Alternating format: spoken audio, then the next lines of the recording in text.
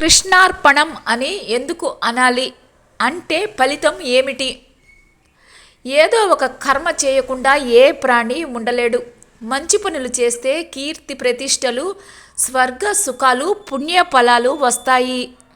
చెడ్డ పనులు చేస్తే సంఘంలో చెడ్డ పేరు, నరక యాతనలు, పాప ఫలాలు వస్తాయి.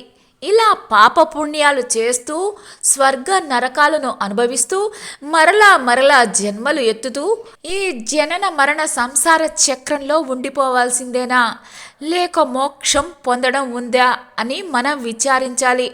మనలోని ఈ విచారాన్ని దూరం చేయడానికే గీతలో శ్రీకృష్ణ భగవానుడు చక్కటి మార్గాన్ని చూపాడు. అర్జున, నువ్వు ఏ పని చేసినా, ఏమి తిన్నా, ఏ హోమం చేసినా, ఎవరికి ఏది ఇచ్చినా, ఏ తపస్సు చేసినా అదంతా నాకు సమర్పించు అన్నాడు.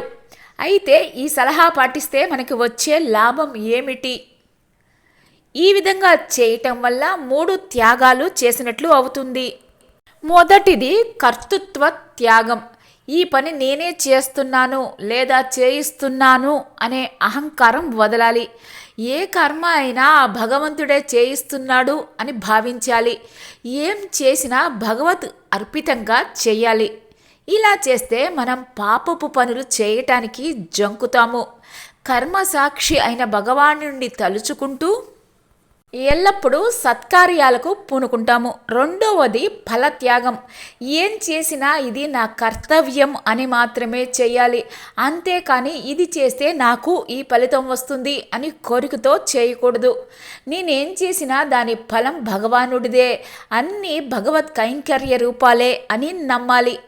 మూడవది సంగత్యాగం. ఇది నాది, ఇది నేనే చెయ్యాలి, అంతా నా ఇష్ట ప్రకారమే జరగాలి, ఇది నా ఆనందం కోసం అనే బంధాన్ని పెంచుకోకూడదు. అంతా భగవంతుని కోసం, ఆయన ఆనందమే నా ఆనందం అని మనస్ఫూర్తిగా అనుకోవాలి. ఈ త్రివిధ త్యాగాలు ఎలా చెయ్యాలి? ఏ పని చేసినా ఒక నమస్కారం పెట్టి ఒక మాట చెప్పాలి. అదే సర్వం శ్రీకృష్ణార్పణమస్తు అనేది. పై విధంగా 3 త్యాగాలను త్రికరణ శుద్ధిగా అవలంబించాలి.